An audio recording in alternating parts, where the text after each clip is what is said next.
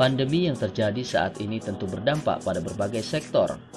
Hal ini berpengaruh terhadap cara kerja yang menjadikan pekerja harus bekerja dari rumah atau work from home, namun sebagian masih diharuskan bekerja di kantor atau work from office.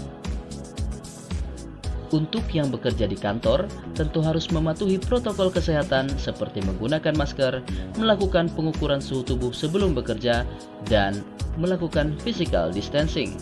Selalu melakukan pola hidup bersih dan sehat seperti cuci tangan menggunakan sabun baik sebelum dan sesudah makan, setelah dari kamar mandi, atau setelah kontak dengan benda yang kemungkinan terkontaminasi.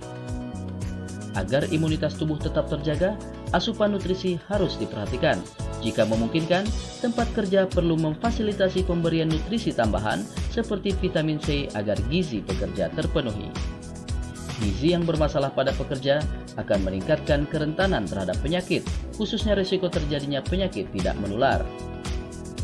Berdasarkan riset kesehatan dasar 2018 selama 5 tahun terakhir, penderita hipertensi di Indonesia meningkat dari 25,8% menjadi 34,1%, sementara penyandang diabetes naik dari 6,9% menjadi 8,5%. Jika pekerja memiliki penyakit tidak menular, maka pekerja akan beresiko tinggi terinfeksi COVID-19.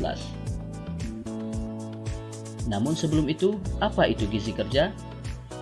Gizi kerja adalah nutrisi atau zat makanan yang diperlukan oleh tenaga kerja guna memenuhi kebutuhan sesuai dengan jenis pekerjaannya, yang bertujuan untuk meningkatkan daya kerja dan kualitas kesehatan tenaga kerja yang setinggi-tingginya. Kebutuhan gizi setiap orang berbeda-beda. Hal ini dipengaruhi usia, jenis kelamin, kebiasaan berolahraga, juga asupan makanan yang dikonsumsi. Pekerja dengan usia 60 tahun ke atas berisiko mengalami imunitas yang rendah. Akibatnya sulit untuk melawan berbagai macam virus penyebab penyakit termasuk COVID-19. Selain itu, pekerja pria lebih rentan mengalami penurunan imun dibanding wanita. Hal ini berdasarkan penelitian yang dilakukan oleh Ghent University di Belgia. Pola hidup atau kebiasaan seseorang seperti berolahraga dan berjemur.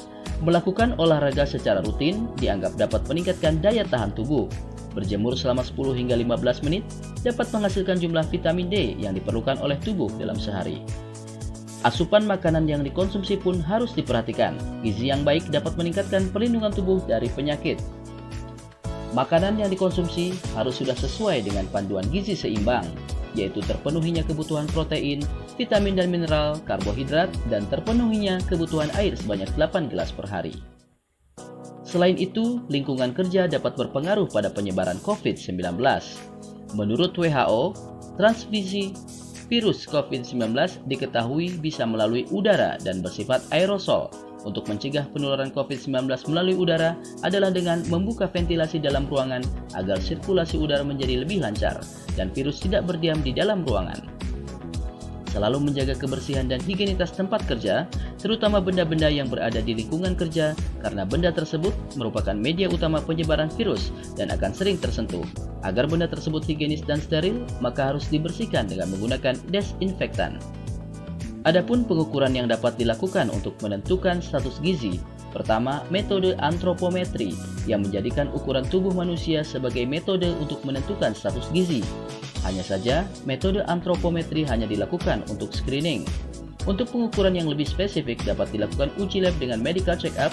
Selain itu, pengukuran status gizi dapat dilakukan dengan survei konsumsi pangan. Lalu, bagaimana cara pengendalian yang dapat dilakukan oleh perusahaan? Salah satu cara pengendalian gizi pada saat pandemi COVID-19 adalah dengan penyediaan ruang makan untuk pekerja yang terjamin higienitasnya serta memiliki akses terbatas. Selain itu, faktor ventilasi, durasi, jarak juga dapat diperhatikan untuk mencegah penyebaran COVID-19, yaitu hindari ruang publik atau transportasi publik dengan ventilasi atau sirkulasi udara tertutup, usahakan durasi bertemu dan bercakap dengan orang lain maksimal 5 hingga 15 menit, jaga jarak dengan lawan bicara atau orang lain di ruang publik sejauh 2 meter. Penerapan jadwal kerja khusus bagi para WFO seperti perubahan rotasi waktu kerja, diadakan jadwal kerja yang tidak biasa untuk WFO seperti 14 hari kerja, 14 hari libur, atau fasilitas yang layak bagi WFO seperti memberikan penginapan yang baik untuk pekerja agar bisa transit dan beristirahat. Adapun pencegahan mengenai masalah gizi kerja, yang pertama, pencegahan primer dapat dilakukan melalui pola makan sehat dengan metode isi piringku yang telah dikenalkan oleh Kementerian Kesehatan Republik Indonesia.